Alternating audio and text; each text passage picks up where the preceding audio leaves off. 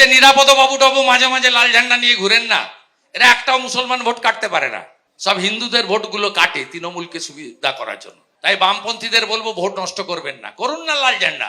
আমরা এলে আপনারা পঞ্চায়েতে লড়তে পারবেন, সবাই লড়বেন, একজন জিতবেন অন্যরা হারবেন।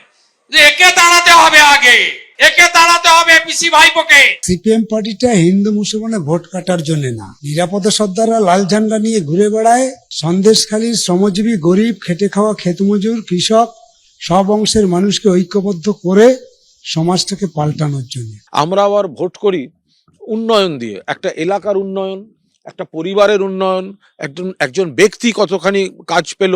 ফলে আমরা ধর্মের রং দিয়ে রাজনীতিটা করি না। ওরা রুটি কাপড়ার মাখানে নেই, ফলে ওরা ওই হিন্দু মুসলমান ভাগ করতে যায়, বারবার হেরেছে, আবার হারবে।